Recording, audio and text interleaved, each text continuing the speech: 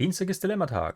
It's Kaiser here, and in this Star Trek CCG First Edition Dilemma Strategy video, we are looking at a dilemma combination that has appeared at different tournaments around the world in the last couple of years. So, let's have a look. Today, it's our man Khan with some of his crew and David Marcus, who wants to attempt Revenge Plot, a planet mission. We have the USS Reliant in orbit, and we are going to beam down and attempt. The first dilemma we encounter is Buried Alive. If you did not see this dilemma, place on mission and attempt ends. At this point, our opponent will likely flip Mission Debriefing, which says that once the attempt ends, whether successful or not, the personnel involved are all stopped. So we don't get any ideas and attempt this mission again or beam up to the ship and fly to a different mission. We are just stopped, meaning that's already one turn lost. Now, on our next turn, we could of course attempt again, but now we'll have to keep in mind that Buried Alive adds the space mission icon to this planet mission. What that means is that from now on, it's no longer enough to simply have an away team that can attempt the mission. We also need a ship and crew in orbit. And we need the same things. We need the icon, for example, the non-aligned icon here, and a personnel aboard the ship that can attempt the mission, and we need guys on the planet that can attempt the mission. So, we'll need medical, exo, and 2 treachery on the planet. So 2 treachery is on Khan, exo and medical is here on Sarod. So we can just leave our navigator aboard the ship, for example, and then attempt again and see what comes out. It is Cytherians. Aren't we lucky that we didn't leave a bigger crew aboard the ship? So in this case, our navigator lady starts moving down the space line as soon as she can move. The mission attempt ended because Cytherians kicked us out of the mission attempt, so mission debriefing once more kicks in, stopping our away team on the planet's surface and also stopping the ship involved. So, she'll be spending the next couple of turns moving along the space line, and she will likely be out for at least 3 turns before we can use her again. So that means for the moment we are stuck here, because we need a ship to attempt this planet mission. So let's say we let Wajahat travel down the space line, and we'll just bring in some new augments. We have the IKS something Klingon with a couple of augments of a different generation, Persis, Eric Soong, and all these guys. We bring these guys, we'll just let them stay aboard the ship, and Khan and his guys can be our crew on the planet's surface again. And we'll have a look at the last dilemma here. It is the Cloud. It's a space dilemma, so it applies to the crew and not to the away team on the planet's surface. Unless 2 medical, 2 engineer, 2 astrophysics present. Let's check for that. There's an engineer. There's an astrophysics and a second engineer. There's a medical, but that's all she wrote. So our ship is damaged here. Our opponent is also running a battle bridge door, so we can also put some tactics. That's evasive maneuvers, killing an engineer or astrophysics or physics personnel. And that's full phase spread, kills 1 science or stellar personnel. So let's just say 1 engineer was killed, Jaya, let's say 1 science, or stellar cartography was killed, that can be Rakin. And more importantly, the ship is stopped until the end of our next turn. And if the ship is stopped, that also means the entire mission attempt is stopped. So that's the 3rd turn now that our plans were foiled again.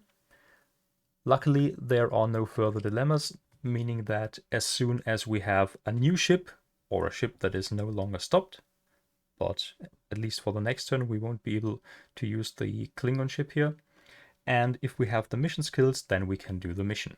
So this mission has now cost us 3 turns, Unless we have a good way to find another ship, it will cost us another turn. So it's a relatively effective dilemma combination. And what is really tricky about it is that you have to plan for so many things. After Buried Alive, there can be anything. It can be a huge planet dilemma, like Hannonian Land Eel, that asks for strength greater than 50 and certain skills, so you often want to bring a bigger away team. It could be on the planet something like God, meaning we'd have to bring 2 personnel who have high integrity. But at the same time, we have to keep in mind that it could be a space dilemma like Gomtu Shockwave, requiring high integrity among our guys. It could be Vija, that outright destroys a ship unless we have double empathy or anthro diplo computer skill aboard the ship. So there are just so many evil dilemmas that can come in any combination. You could use Buried Alive simply as a kind of bluff dilemma to force the opponent to bring a ship and then play only planet dilemmas, knowing that they will have to leave some people aboard the ship and then maybe forcing them to bring or to leave personnel out of the attempt that they usually would want to bring. It is also a great card that you can use to use your space dilemmas if you play against somebody who only runs 2 space missions or no space mission at all. Otherwise, you would have to misseed some of your space dilemmas with Buried Alive. You can just put them at the planet and then still make great use of them. It's by no means a combo that is guaranteed to be super successful. There are ways to play around it. Let's just have a look at a few of them. Let's move them all out of the way for the moment. And let's have a look at good old Dr. McCoy. He can outright nullify the cloud if he's aboard the ship. Once per game, nullify a dilemma requiring medical were present. And against the Cytherians, there are all the relocation cards. If we have Kess, we can download the gift to insta-move to a different location. And Quantum Slipstream Drive has a similar effect. So we can either move our ship with the Cytherians quicker down the spaceline to score the points, or we can move back once we've scored those points and use the ship again. If we have Kess, we're probably playing the Delta Quadrant, so maybe Cytherians isn't actually that bad. We just move 2 or 3 missions down the spaceline, score points, and then come back. But if you're talking about a long Alpha Quadrant spaceline, that's of course much more devastating. But of course, our opponent can play with things like DS9 running docking ports and then just play ships for free, like the different freighters.